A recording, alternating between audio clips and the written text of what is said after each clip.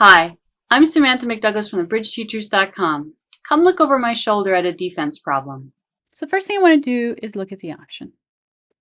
Our hand bid 1 diamond, showing 3 or more diamonds and 12 or more points. Our left-hand opponent passed. Our partner bid 1 no trump. 1 no trump should be 6 to 9 points and should deny a 4-card major. Our right-hand opponent now bid 2 hearts. Has an overcall, this should be 5 or more hearts and 10 to 16 points because it's at the 2 level. Our hand bid 3 diamonds. This should be long diamonds with 15 or so points. I'm completely okay with this bid because I think the shape of the hand warrants it and the quality of the suit is good enough. Our left-hand opponent now bid 3 hearts and everyone passed. It is our turn to lead, and we led the ace of clubs. Declare played the 4 from dummy. Our partner played the 9, saying they like the suit, and Declare played the 8. The person who held our hand now played the king of clubs. Our partner played the 2 of clubs, and Declare played the 10. What suit would you lead next? I would lead diamonds. We're going to talk about why. If you said hearts, that is also a good choice. I think diamonds is superior, but hearts is a good choice. What I would not lead at this point is a black suit. I would not lead spades, and I would not lead clubs. So let's talk about this hand a little bit. What is the maximum number of spades that partner has on this auction? It's 3. If we go back and look at the auction, remember that by bidding 1 no trump, partner has denied 4 spades. Because of this, the maximum number of spades the partner can have is 3. If partner has the maximum of 3, then declarer has at least 3. So we know that at a minimum, and it could be greater, the opponents have an 8-card spade fit. They have an 8-card spade fit. They have a 9-card heart fit. They've got the majors locked down. So then the next question is, what do we think is going on in clubs? Well, if we watched the spots, partner played the 9 and Declare played the 8 on the first trig. On the second trig, Declare played both the jack and the 10 together. Now it is possible the Declarer is trying to lead us astray by playing a higher than necessary card. That could be happening. But I think it's pretty likely, based on the auction, what we know about the shape of the East hand and the shape of partner's hand, that East is probably out of clubs. This makes leading clubs risky because it would be a ruff and a slough.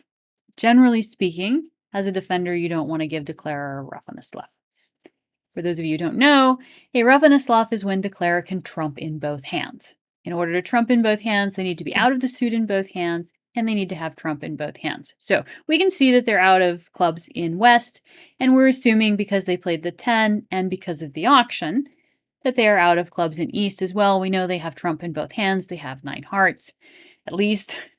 So we know this is likely to be a ruff and a slough. That's why we don't want to lead clubs again.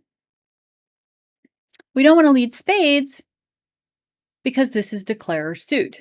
They have an 8-card spade fit. The last thing we want to do is set up their spades. We also know that partner is a relatively weak hand. They showed 6 to 9 on the auction, and they almost certainly have the queen of clubs, leaving them with not very many points outside of that. We could lead a heart. This is not likely to be helpful, but it is also not likely to hurt. But I think diamonds is a better choice. And I have a couple of reasons for that. The first reason is diamonds is more likely to work out than any other suit.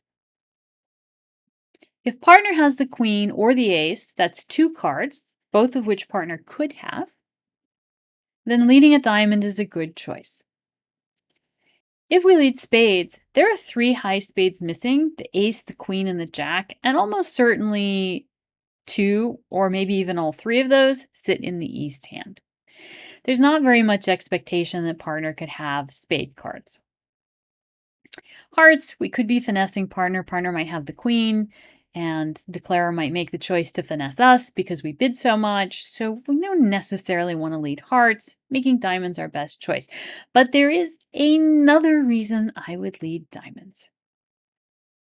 And in order to get to that, I want to actually go back to the club suit just a little bit. There were 2 clubs in the west hand. If there were 2 clubs in the east hand, how many clubs did partner start with? 6. So does it matter which club partner plays on this second trick? No. As long as it is lower than the 9, it acts as an echo to tell us that the 9 was a high card.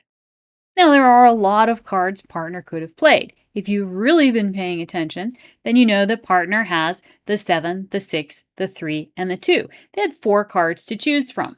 So on this second trick, knowing that they're going to play a card that is below the 9, that acts as an echo, how do they decide which of those 4 cards to play? The 7, the 6, the 3, and the 2. How do they decide?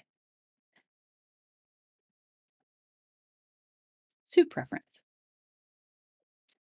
Our primary signal is attitude. Our secondary signal is count. And our last signal is suit preference. In this situation, partner knows that the problem that we are going to be having is what do we lead next? So the information that partner wants to give us is what should we lead next? If they had played a high club, if they'd played the 7, what would that have said? Spades. So now we might play the king of spades and a spade through, hoping that partner has the ace and can give us a ruff. When partner plays the 2, what are they saying? The lower suit. So the 7 would be the higher suit. 2 is the lower suit. They're saying diamonds. If they play a middle card, the 6 or the 3, they're saying they don't really have a preference. So for all of the reasons that we've talked about, but most especially because of partner's 2 of clubs, we should lead a diamond. Let's look at the hand. On this hand, if we don't lead a diamond right now, our diamonds go away. So you can see that leading a club would be bad because it would in fact be a ruff and a slough. Declare would trump from one hand and pitch a diamond from the other hand, getting rid of one of the diamond tricks that we should be taking. We should be taking 2 diamond tricks on this hand. If we lead a spade, it's even worse. Because if we lead a spade, we're now giving up a spade trick. Now a heart, in this case, is a neutral lead. We wouldn't 100% know that, but it would be an okay lead. But the diamonds are absolutely our best choice here.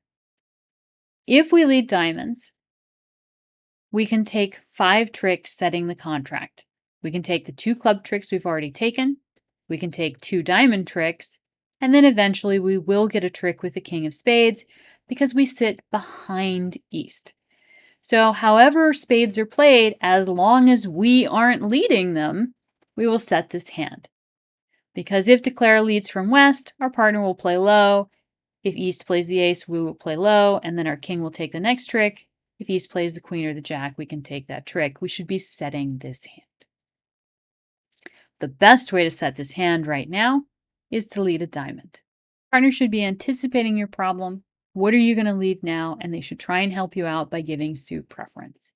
So while you can come to leading a diamond on your own, and I think you can, if you look at the auction and you think about how the hand is going to play and how it has played, leading diamonds might be scary because it's possible the declarer has the ace and the queen, and we could be giving up a setting trick by leading diamonds. This is why partner suit preference signal is so helpful, because partner is telling us they have something in diamonds, so now we know it is safe to lead diamonds, and we can collect our 2 diamond tricks.